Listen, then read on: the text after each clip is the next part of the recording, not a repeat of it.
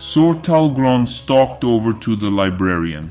The Ultramarine who named himself as Octavian was slumped on the floor, blood pooling beneath him. Sir Talgron didn't need to be an apothecary to see that the legionary would not survive. "Desperation makes fools of us all," he said. "You didn't need to break the Nicaea edict. Now you die a traitor."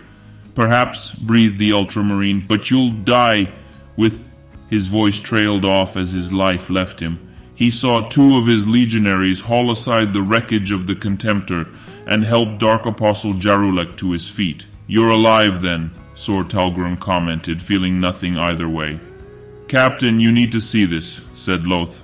Sir Talgron followed the recon sergeant's voice and entered the small communications command center. It was dominated by sensor arrays and data screens awash with information. "What am I seeing?" he said. He stabbed a finger at one of the screens. "Is that what I think it is?" "Yes," said Loth. "There's an active Ultramarine ship up there in orbit."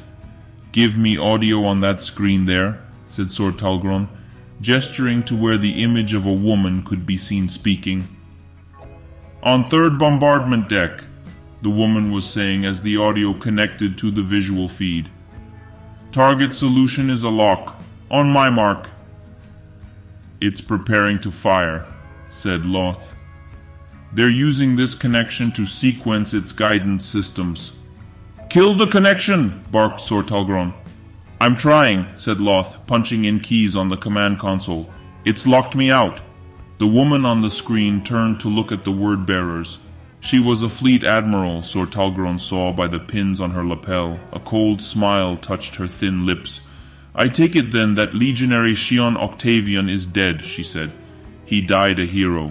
Whatever he did bought the time I needed. You traitors are all going to burn."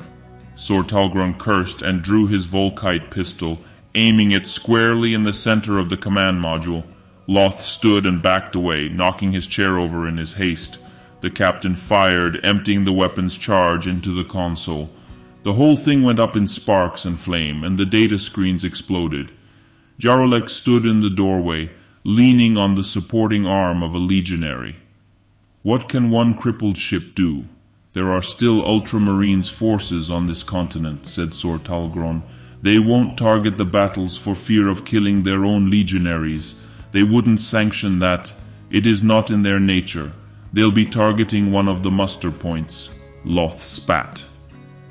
In the silence that followed, Dal-Ak's voice crackled through on the Vox. "Captain, enemy planet strike ordnance inbound," he said. "Multiple targets." Phosphex, Robert Gilliman would later write, was without a doubt singularly the most deplorable man-manufactured weapon that humanity has ever, to its shame, unleashed upon a living world. A single man-portable Phosphex bomb had the capacity to contaminate the air and soil where it was detonated for 1,000 years. In theoretical simulations, a world that suffered such an attack would never recover. In all, 24 Mortalis-class atmospheric missiles were launched from the Righteous Fury at the surface of Percepton Primus. The Righteous Fury was destroyed with all hands 3 minutes and 27 seconds after the first payload was launched.